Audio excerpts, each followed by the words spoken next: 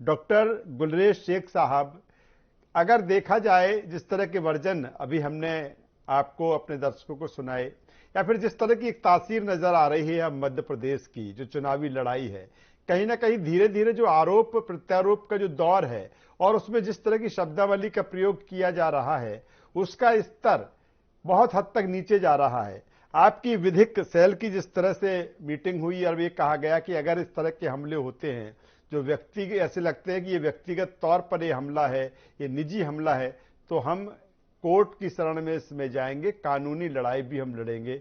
इसके पीछे बीजेपी के क्या मंतव्य है या क्या किस तरह की ये रणनीति है?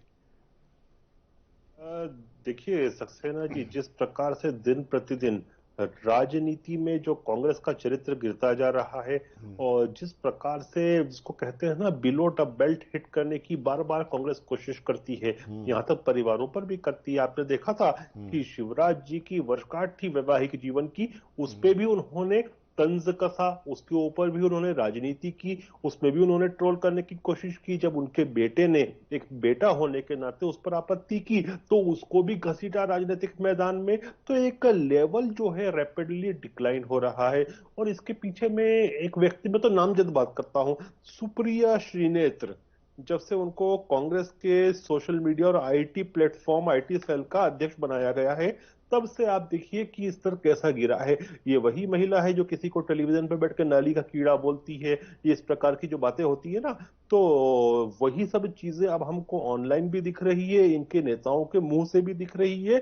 तो हम क्या करें आप बताइए? हम लोकतंत्र में और न्याय व्यवस्था में इस देश की भरोसा रखते हैं, तो यही एक्सपेक्ट कर सकते हैं एक अच्छे सिटीजन से, और जो कि हम हैं, एक ऐसी पार्टी जो इस देश के कानून में, संविधान में भरोसा करती है कि हम न्याय के और कानून की शरण में जाए और इसी एक्टिविटीज के खिलाफ। लेकिन जिसका जिक्र आप कर रहे हैं गुलरेज शेख साहब, बिलो द बेल्ट वार की जिस तरह से आपने जिक्र किया, वही तो पीसी चीफ कमलनाथ कह रहे हैं कि ऐसा तो बीजेपी कर रही है।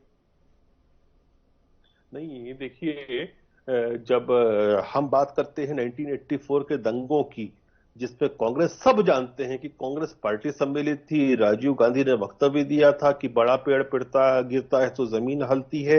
कांग्रेस के जो मिस्टर नेहरू थे, उन्होंने तरीका सिखाया था कि नहीं सिखाया था? यही बात आती है जो हमने भी सुनी है। आप बताइए, आप हमसे ज्यादा वरिष्ठ हैं, कि किस प्रकार से सरदारों के गले में जलता हुआ टायर डाला जाए और कैसे उनको तड़पा तड़पा के मारा जाए। तो हमने मध्य प्रदेश में भी दंगे होते हुए देखे थे। तो यदि कोई विभत्स घटना हुई है प्रदेश में भी और देश में भी, तो क्या उसका जिक्र नहीं होना चाहिए? सर क्या उससे उसके आगे दोषियों का देश नाम नहीं कितना लेना आगे चाहिए? निकल, जब हम डेवलपमेंट की बात करते हैं, तरक्की की हम नहीं बात करते सर, हैं, अभी भी हम वहीं पर हैं। और कहीं ना कहीं जो सर इस तरह की मुझे चीजें बार बार वो निकल राजेश के आ भाई, जाती हैं। परसों कांग्रेस पार्टी के लोगों ने मुझे ट्रोल किया, किस हम्म। बात पे पता है आपको? हाँ। मैंने उन लोगों को श्रद्धांजलि दी जो कुछ दशक पहले परसों के दिन हाशिमपुरा में 43 निर्दोष युवा मुसलमान लड़कों को उठा लिया गया। राजीव गांधी की सरकार थी, पुलिस के द्वारा पुलिस वैन में ले जाकर गोलियां मार दी गई और नहर में फेंक दिया गया। उनको जब मैंने श्रद्धांजलि दी और प्रश्न उठाया तो मुझे भी ट्रोल किया गया